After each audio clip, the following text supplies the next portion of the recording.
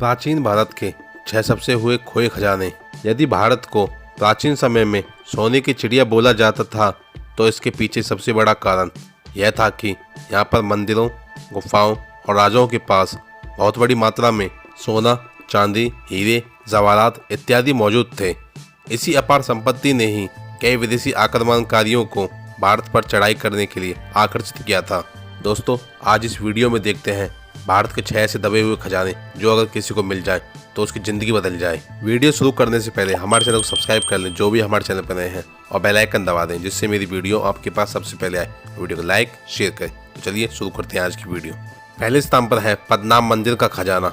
भारत के केरल राज्य में स्थित तिरुवनंतपुरम में स्थित भगवान विष्णु का प्रसिद्ध हिंदू मंदिर है। मान्यता है कि सबसे पहले इस स्थान से भगवान विष्णु की प्रतिमा प्राप्त हुई थी, जिसके बाद उसी स्थान पर इस मंदिर का निर्माण किया गया है।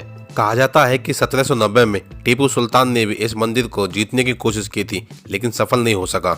और 2007 में एक IPS अधिकारी ने याचिका दायर कर इस खजाने पर राज परिवार के अधिकार को चुनौती दी। और 27 जून 2011 को सुप्रीम कोर्ट ने इस मंदिर के तहखाने खोलकर पूरी संपत्ति का ब्यौरा तैयार करने को कहा। कहते हैं इस मंदिर के 5 तहखानों में से 1 लाख करोड़ का खजाना मिला, परंतु 6वें तहखाने को नहीं खोला जा सका क्योंकि राज परिवार इस तहखाने को खोलने की अनुमति नहीं दे रहा है। इस राज परिवार को डर है कि इस मंदिर का 6वां दरवाजा खुल गया तो बहुत बड़ा अनर्थ हो जाएगा। कहा जाता है कि आज से 140 साल पहले 6ठे दरवाजे को खोलने की कोशिश की गई, तब तहखाना खोलते वक्त कई तरह की आवाजें आई, तब से ही दरवाजा बंद है। दूसरे स्थान पर है जयगढ़ किले का खजाना। मानसिंह प्रथम अकबर का सेनापति था। मानसिंह ने 1580 में अफगानिस्तान को जीत लिया था और मोहम्मद गजनी के खजाने को भारत लाया था। वह टनों सोना चांदी लूटकर अपने साथ लाया था। कहा जाता है कि यह संपत्ति उन्होंने मुगल सल्तनत के हवाले ने करके जयगढ़ के किले में छपा दी थी। अरबी भाषा की एक पुरानी किताब अम्बेर के साथ खजाने में भी इस बात का जिक्र है कि इस किले में अकूत सोना चांदी छिपा हुआ है और जयगढ़ किले के नीचे पानी के साथ विशालकाय टंकियां बनी हैं। माना जाता है कि खजाना इन्हीं में था।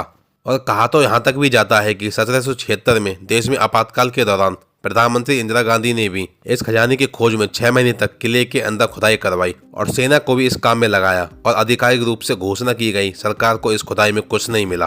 परंतु सूत्रों के मुताबिक यह सही नहीं है, बल्कि सच यह है कि जब सेना ने अपना अभियान समाप्त किया तो एक दिन बाद दिल्ली जयपुर हाईवे को आम लोगों के लिए बंद कर दिया गया था। तीसरे स्थान पर है सोन गुफा का खजाना। बिहार के राजगीर में इस गुफा में बहुत सा धन होने का दावा किया जाता है। भारतीय पुरातत्व सर्वेक्षण विभाग के अनुसार ये गुफाएं 3री या 4वीं शताब्दी की हैं। यह माना जाता है कि अजातशत्रु ने अपने पिता बिंबिसार को गिरफ्तार करके इसी गुफा में रखा था, और बिंबिसार ने अपने धन को अजातशत्रु के हाथ बचाने के लिए इसी गुफा के तहखानों में छुपाया था। इस पूरी गुफा को 2 चट्टानों में काटकर 2 बड़े कमरे बनाए गए। गुफा के पहले कमरे में यहाँ सिपाहियों के रुकने की व्यवस्था की गई और वहीं दूसरे कमरे में खजाना छुपाया गया। दूसरे कमरे को पत्थर की एक बड़ी चट्टान से ढका गया है और इस गुफा की चट्टान पर संकलिपि में कुछ लिखा है। इसके संबंध में यह मान्यता प्रचलित है कि इसी संकलिपि में इस खजाने के कमरे को खोलने का राज लिखा है, जिसे आज तक कोई नहीं पढ़ पाया है। और यहाँ तक अंग्रेजों ने भी इस गुफा में छुपे खजाने को पाने के लिए तोपों से इस पर हमला करवाए थे, जिसके निशान आज भी इसके ऊपर देखे जा सकते हैं। पत्थरों से बनी यह गुफा इतनी मजबूत है कि अंग्रेजों को भी खाली हाथ लौटना पड़ा था। चौथे स्थान पर है हिमाचल प्रदेश की कमरूनाग झील का रहस्य या खजाना। मंडी से करीब 60 किलोमीटर दूरी पर स्थित इस झील को लोग पवित्र बहुत मानते हैं, और इसी आस्था के कारण लोग दूर दूर से आकर अपने कीमती गहनों और रुपयों को इस झील में अर्पित करते हैं। यह भी कहा जाता है कि इस झील में सोना चांदी भी चढ़ाने पर मन्नत पूरी होती है। लोग अपने शरीर का कोई भी गहना यहाँ पर चढ़ा देते हैं। झील पैसों से भरी रहती है और ये सोना चांदी कभी भी झील से निकाला नहीं जाता, क्योंकि ये देवताओं का होता है। ये भी मान्यता है कि ये झील सीधे पाताल लग जाती है और इसमें देवताओं का खजाना छिपा है। 5वें स्थान पर है चार मीनार की सुरंग का खजाना।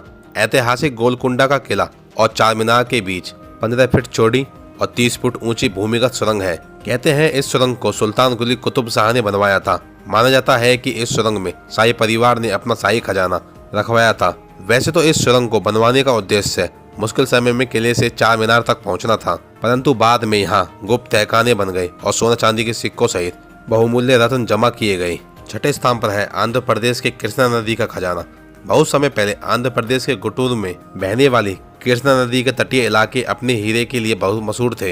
हिंदू धर्म को मानने वाले कृष्णा नदी को एक पवित्र नदी मानते थे। इसी के साथ इसी नदी को दुनिया के सबसे कीमती और मशहूर कोहिनूर हीरे के लिए भी जाना जाता है। यहीं की गोलकुंडा खदान से कोहिनूर हीरा निकला था।